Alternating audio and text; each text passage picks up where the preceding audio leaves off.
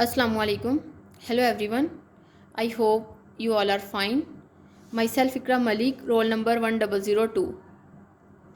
हमारे पास सेक्शन 15.4 है जिसका टॉपिक है करंट फोर वेक्टर। देखते हैं कि टॉपिक में क्या है। वो कहते हैं कि charges occur in units of elementary charge. ठीक है, यानी कि हमें पता है कि ई की जो वैल्यू होती है वो होती है 1.6 मल्टीप्लाई 10⁻⁹ कूलम्स। ठीक है, ये हमारे पास चार्ज की वैल्यू होती है और यूनिट्स ऑफ एलिमेंट्री चार्ज में हमारे पास चार्जेस अकर करते हैं। वो कहता है कि the total number of charges on a body can not depend of the state of motion of the observer. कि हमारे पास हम ये नहीं कह सकते कि अगर जी कोई मोशन में मतलब ऑब्जर्वर मूव कर रहा है और दूसरा ऑब्जर्वर जो है रेस्ट में उसको ऑब्जर्व कर रहा है तो वो उस पर चार्जेस नहीं डिपेंड कर रहे होते। यानी कि चार्जेस जितने बॉडी पे हैं वो विद रिस्पेक्ट टू मोशन या रिलेटिविस्टिक इफेक्ट वो चेंज नहीं करते। इसलिए हम कह सकते हैं कि hence the total electric charge in an isolated system. Isolated system अब कैसा सिस्टम होता है? It is such a system that can not exchange either energy और matter outside the boundaries of the system. मतलब हमारे पास कोई भी ये सिस्टम है, ठीक है, उसके अंदर मैटर है या कोई भी उसकी एनर्जी है वो उसको एक्सचेंज नहीं कर रहा होता, वो इनवेरिएंट होती है, यानी कि वो उसके अंदर चेंज नहीं कर रही होती। डेट मीन्स के total electric charge isolated system में जो होता है वो रिलेटिविस्टिकली इनवेरिएंट होता है कि अगर किसी रिलेटिविस्टिक मोशन से मतलब वो बॉडी मूव कर रही है तो वो चेंज नहीं होगा। अब हम क्या करते हैं? हम करते हैं कि let the charge in d v volume be d q. हम कहते हैं कि कोई डी वी वॉल्यूम है जिसमें चार्ज डी क्यू इनक्लोज है।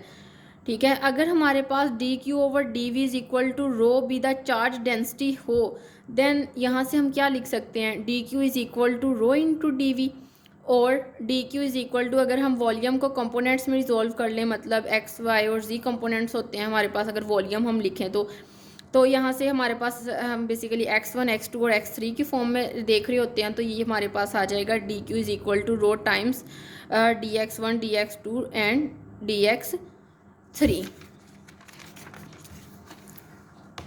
जी, नेक्स्ट हम क्या करते हैं? हम दोनों साइड्स पे मल्टीप्लाई कर देते हैं both sides by 4 vector D x mu.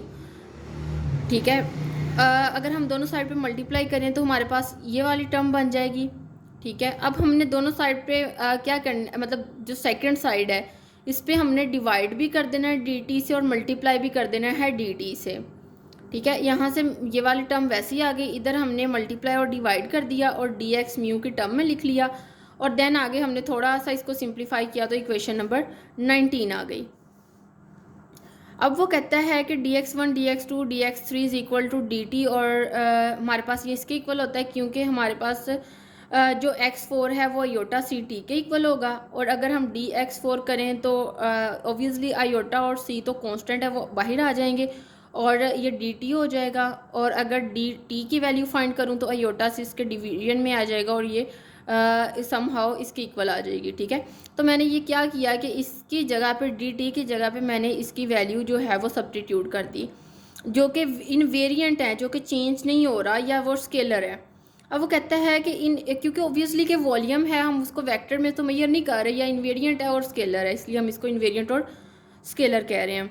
अब इक्वेशन नंबर 19 में द चार्ज इज इन्वेरिएंट और scalar on left hand side and hence left hand side represents a 4 vector. कि हमारे पास जो इक्वेशन है लेफ्ट हैंड साइड पे हमारे पास चार्ज इन्वेरिएंट और स्केलर है, और हमारे पास ये 4 वेक्टर को रिप्रेजेंट कर रहा है, और द क्वांटिटी हमारे पास ये वाली जो क्वांटिटी है राइट हैंड साइड पे ऑब्वियसली कि वो हमारे पास भी 4 वेक्टर को रिप्रेजेंट कर रही है।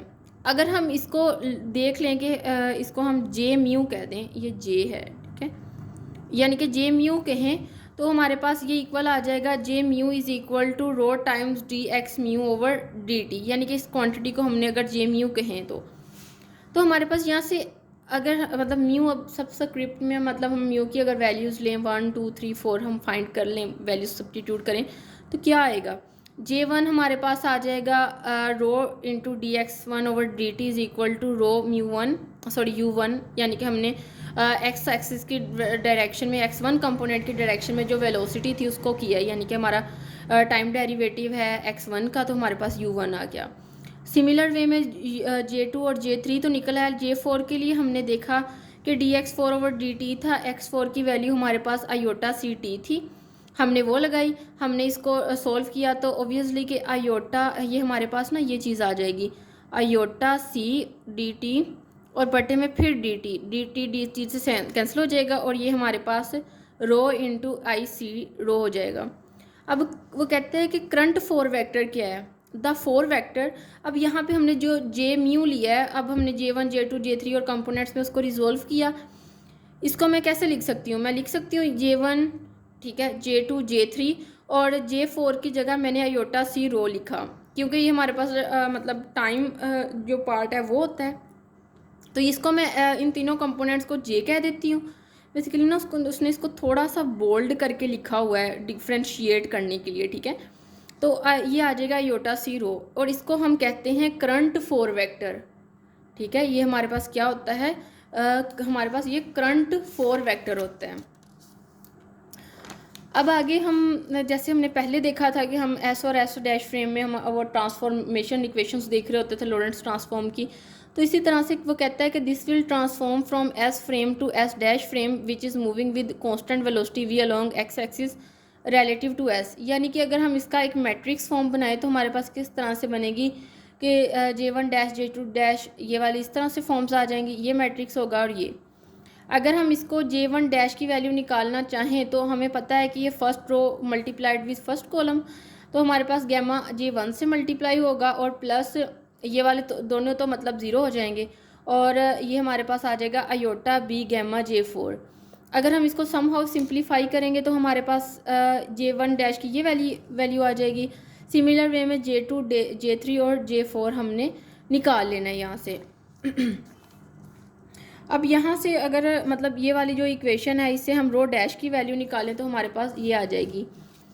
अब वो कहता है thus the transformation equations for current and charge density are, यानी कि हमारे पास करंट और चार्ज डेंसिटी मतलब रो हमारे पास चार्ज डेंसिटी और ये करंट मतलब हमारे पास थी, तो हमारे पास ये वाली जो ट्रांसफॉर्मेशन इक्वेशंस है वो समहाउ इक्वेशन नंबर 21 में रिप्रेजेंट हो जाएंगी। ठीक है। अब हमारे पास नेक्स्ट सेक्शन है, यहाँ तक तो हमने देखा कि हमारे पास ये था यानी कि 15.4 सेक्शन था, उसमें हमने करंट फोर वेक्टर को देखा कि वो क्या चीज़ है, किस तरह से हम करंट और चार्ज डेंसिटी को रिप्रेजेंट कर सकते हैं, हमारे पास इक्वेशंस बना सकते हैं उसकी मतलब ट्रांसफॉर्मेशन इक्वेशंस बना सकते हैं। अब इसी तरह से हम नेक्स्ट 15.5 सेक्शन मतलब देखते हैं, वो नेक्स्ट वीडियो में एक्सप्लेन करती हूँ।